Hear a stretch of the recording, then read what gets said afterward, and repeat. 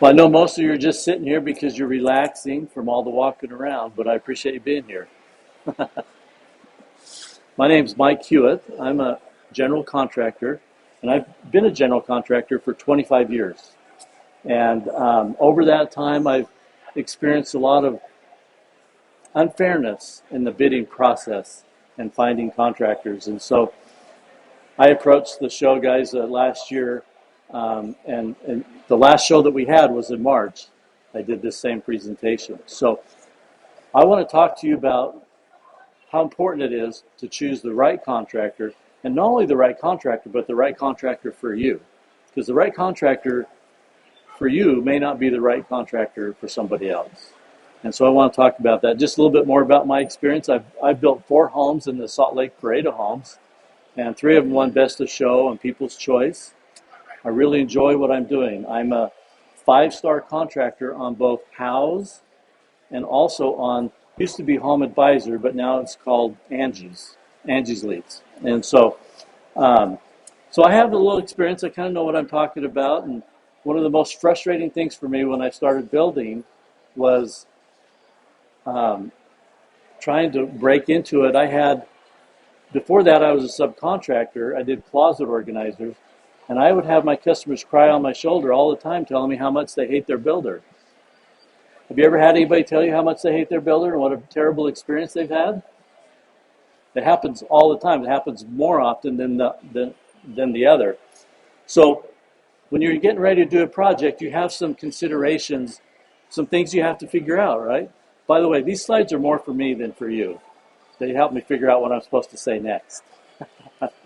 But so first, when you're getting ready to do a project, you got to figure out where you're going to build your house, right? If you're going to build a house, you got to figure out where. And then the other thing is you have to figure out what you're going to build. Am I going to build a rambler? Am I going to build a 2-story or 1.5-story or whatever? And so, but the next most important thing is who are you going to choose to build that house for you? And this is a huge decision. And what amazes me is how little time people put into making that decision. For example, choosing who to build for you is so critical, but then let's say you decide you want to buy a car. People that are going to buy a new car spend more time looking into what they want to get, what model, all the consumer reports, and all of that stuff before they actually pull the trigger to buy the car. And a new car typically is going to run $20,000 to $60,000. I just had this experience myself. I wanted a new truck. Do you know how hard it is to buy a new vehicle right now? It's ridiculous. I couldn't buy one. I couldn't find one to buy. So I wound up having to buy a used truck. Slightly used, but it was used. But I wanted the 3.0 liter diesel engine, which is a 6-cylinder motor. And do you know, I'm getting like 23 miles to the gallon running around town. And by the way, diesel's cheaper than gas right now. So, but I spent a lot of time. It probably took me 4 or 5 months looking into different motors, different cars, different manufacturers before I could settle on the one that I wanted. Then I had to go out and find that one. And so a lot of us we spend so much time on figuring out what new car we want, but then we don't spend that time on a new contractor or on a contractor. I mean, the average home is 10 to 20 times or more than a car, yet we spend less time figuring out who we're going to let build that home for us. You realize that if you're building a $750,000 house, you're putting that contractor in charge of your money for the period of time that home is being built. And you're going to hire him based on the recommendation from a friend. I don't think that's good enough, to tell you the truth. One friend is not a good measurement to hire a contractor with. So you need to invest more time in what is typically your largest financial investment in your entire life. And so one of the things that I always felt as a contractor is that the bidding process was not fair. Because what happens is you have the client that's typically not being fair with the process, and then you also have the contractor that's not being fair. Because maybe it's easiest to explain it by telling you an experience I had. I was building a home for a client, and she was at her dentist in the dentist chair, and her dentist was telling her that he was going to be building a new house, and she told him that he should talk to me. I don't know how they had a conversation, because have you ever had to have a conversation with a dentist when you're sitting in the chair? It's the weirdest thing. But anyways, he came out, met with me. We walked through his client's house that I was building, and I just showed him all. I think it was before sheetrock. It was after sheetrock, because I remember cabinets were in. So I showed him some of the work that we do and how we do it and stuff like that. At the end of the meeting, he took his plans and handed them to me and said, "Mike, we'd like you to give us a bid on your house. We're getting 6 bids, and we'd like you to be one of those contractors." What do you think I did? I told him no. I said, I handed the plans back to him and said, "Hey, if you're getting 6 bids, I'm not going to be one of them. Because if you're getting 6 bids, what are you looking for? The cheapest price, right? And what are you going to get when you go with the cheapest price? Isn't it what they say, you get what you pay for?" Okay. So, in my experience, there's a lot of really, really good contractors in my industry, but there are a lot of bad apples too. And you got to make sure that you don't get one of those bad apples. Excuse me. So, in my opinion, when you're out looking for a contractor, what you need to do is interview a bunch of contractors. However many you feel like, but a lot more than 2 or 3. And you need to go through the process of sitting down with them, talking to them, and seeing if you're comfortable with them. Because a lot of times, this slide is backwards. It shouldn't come back here, but detail is the most important part of a bid that you get from a contractor. But when you're sitting down with a contractor, you need to make sure that the bid is comparing apples to apples, because that's the biggest problem. If you just hand a set of plans to a contractor and say, "I'd like you to bid on a house," and then he takes the plans and gives you a bid, is he going to bid on the house that you wanted built? It's not going to happen.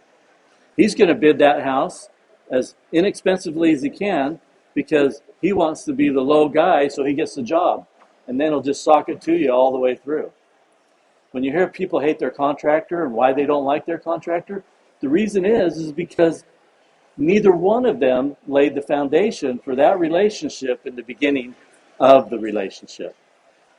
If someone comes to me with a set of plans and wants me to give them a bid to build a house, they have to invest at least an hour and a half to 2 hours with me to go through their plans, room by room, page by page. And the whole idea is for them to transfer from them to me their vision of how that house is going to look when it's done. Because is that information on the plans? It's not. The plans will tell me how long the walls are, how tall they are, where they go, and what kind of structure to put in there, how much rebar, how big the beams are, where the windows are going to go, and stuff like that. But does it tell me what kind of windows? Does it tell me what color your cabinets are going to be or what style? Does it tell me if the cabinets are going to go to the ceiling or not? What type of flooring are you going to put in? None of that information is on the plans typically. There are a few architects that do that, but they're really super expensive. So, once I have that information, I create a spec sheet so that anybody I have bid on those plans is going to go and get a copy of that. And so when they give me a bid, it's to do this the way you want it, to do whatever it is their trade is the way you want it. So when I give you an estimate, that estimate is going to be for the house that you wanted to build, not for the one the architect thought of or anybody else. It's going to be the house that you wanted to build. Is my price going to be a little bit more than the guy that was going to give it to you, bidding everything cheap? Totally different. And you can get 4 or 5 bids, and they'll all be different because of that reason. So when you're interviewing contractors, first off, when you're getting quotes, you got to be aware of the low ball quotes. But when you're talking to them, you need to think of it as a job interview, because that's really what it is. I mean, you're going to pay him more than you pay anybody else. I mean, if it's a $500,000 house, a $300,000 house, a million, $2 million house, that's a lot of money to pay somebody, and a lot of trust you got to put in them. So what I recommend is that there's a number of things that you should do. This process is going to take 6 to 9 months, right? Maybe even a year, depending on the size of the house. And you're going to interact daily with that contractor, or you should be. Every day, there's stuff going on at that house, and there's going to be issues and questions that come up. So are your conversations comfortable? So if you're interviewing this contractor, are you comfortable talking to him? Are you comfortable with the conversation? Have you ever been with somebody that you were uncomfortable with? Sometimes we just don't quite mesh, right? Do you want that guy building your house? I don't think so. You want to be able to talk to your contractor and have him be able to talk to you. And you want to be comfortable with the conversation, and you want to make sure it's an intelligent conversation as well. A lot of general contractors grew up swinging a hammer and then graduated to being a contractor. They don't know how to talk to people. They never learned that skill because they're always working on the job by themselves. You want a contractor that can communicate well, that will talk to you, and that will answer your questions, respond to your texts and messages. So you need to find out, is that the way he does it? As you interview and talk to contractors, you're going to have to communicate with them, set up times, and even I really recommend you go visit some of his jobs. Okay, so again, we're talking about interviewing a bunch of contractors and then narrowing it down to 2 or maybe 3 contractors. And so you have to kind of go through the process. Are they promptly responding to your messages that you send? I mean, in this day and age, everything's done by text, which is great. I like it. It's quick, it's easy, quick, simple answers. And it's also a great way to do change orders too, because you can confirm that through text and then everybody has a record of it. So when you talk to some of his clients, this is the stuff you want to find out. You've got to get information from him about some of his past clients, and then you've got to talk to him. You don't just ask him, hey, is he a good contractor? You've got to drill down into it. This is an interview. You're trying to find out if you want to hire this guy, just like you would if you had someone sitting across from you wanted to hire to work for your company. It's important that you take the time to do this. Another one that's important was the work delivered on time and in budget. Huge, right? How many people do you hear about their construction project went way over budget? Okay, that's not going to happen if you choose the right contractor and he does his homework and creates the foundation of your relationship by doing a really good bid. Just a little side note, one of the reasons that most people hate their contractors is because they didn't do the foundation for the bid and they didn't give them a bid for their dream house, what they wanted. They just bid it all standard basic stuff. And so every time they come on the job, they're being told, oh, that's extra. Oh, I didn't include that. Oh, I didn't know you wanted that. How would you feel after a short period of time if that's what you heard every time you went to visit your new home that's under construction? That's how the relationship just goes away with the builder. So let's see, what do we got here? This is, to me, is huge. You should talk to his subs and suppliers. You should find out, say, I need a list of 5 or 6 of your subcontractors. I want a framer, I want a drywall guy, I want your tile guy, I want your cabinet guy, and maybe your painter, whatever. And then you should talk to them. Because do those subcontractors work for just one contractor, or do they work for a bunch of contractors? What do you think? A whole bunch, right? They work for a whole bunch of contractors. So don't you think their perspective would be valuable as you're trying to choose a contractor? Because you can ask that sub all kinds of stuff. By the way, you can get references from those subcontractors on other contractors that maybe they like better than the one you're talking about, right? Because they work for all these contractors. So, excuse me, you can ask them, is this contractor good to work with? Is he organized? Does he call you at the last minute and say, hey, I need you today. Can you come today to get started on this? You don't want that kind of contractor. You want someone that's forward thinking and planning ahead. And also, really important, does he pay his bills? And does he pay them on time? Don't you think that would be important? You want a contractor working for you that's paying his bills. And then, let's see, did I miss anything? I think it's important, if they like working for that contractor.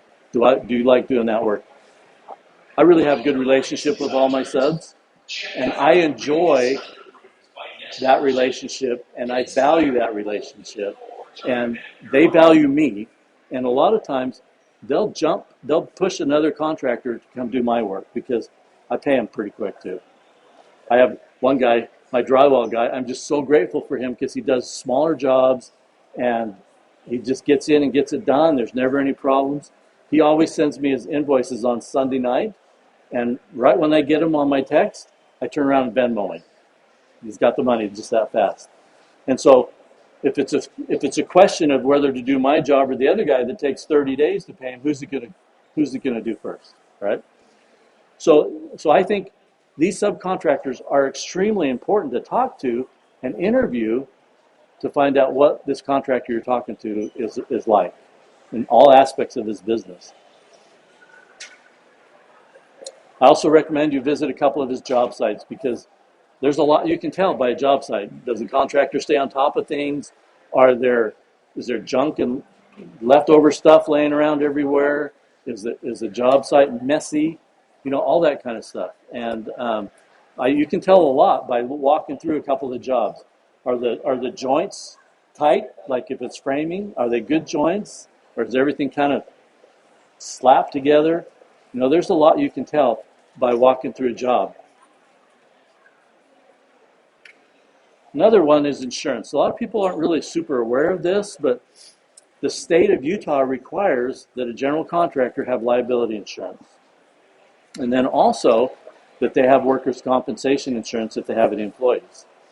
But it goes deeper than that because you also need to ensure that anybody that contractor hires as a subcontractor to come work on that job, that he's carrying certificates of insurance for those two things, liability and workers' comp, as well. Because I get audited every year for my liability and workers' comp insurance.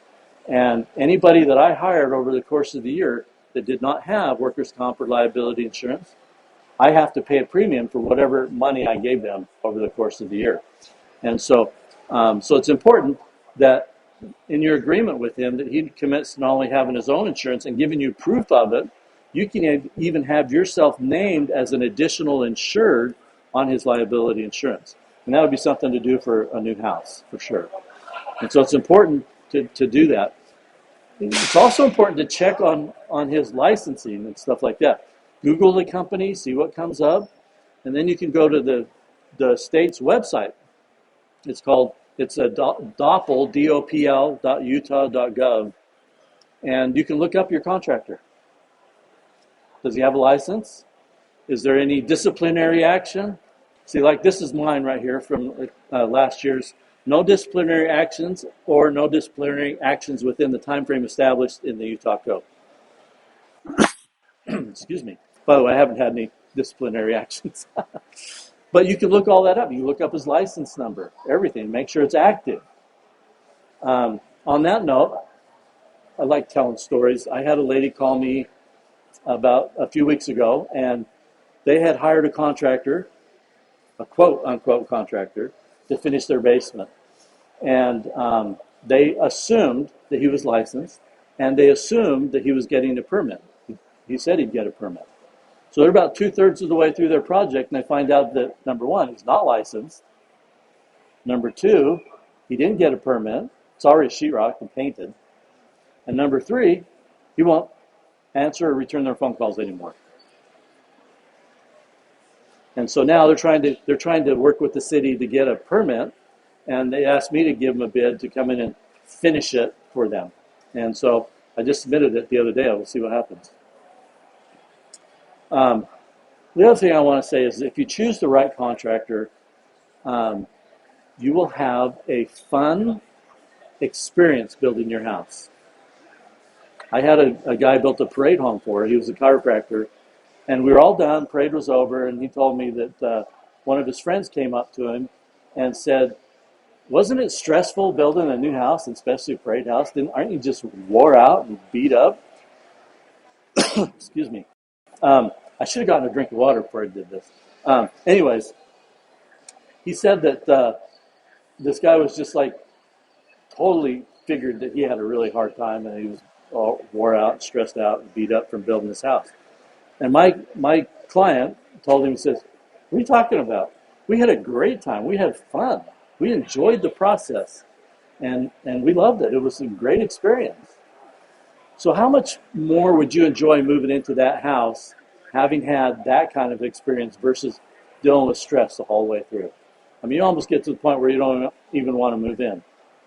My daughter just had a home built by a production builder, and it was one delay after another, and they were not very responsive to any issues that they wanted to deal with. And I would have loved to build a house for her, but I don't have any lots. And if you don't have any lots that are out there are really expensive right now.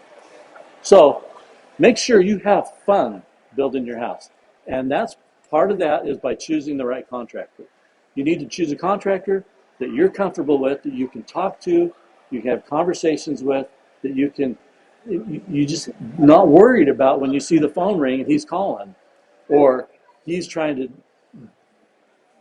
end the call when he sees you calling, send you into the ether because he doesn't want to talk to you.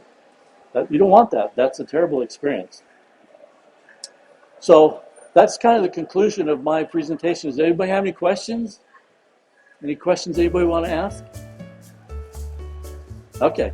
I have a little handout, if you want it, that goes through all these points that you can take with you. You're welcome to do that. My booth is on aisle 400 if you want to come visit with me, and I'll be here for a few minutes after to answer any questions. But thanks for sitting here and listening to me. I really appreciate it.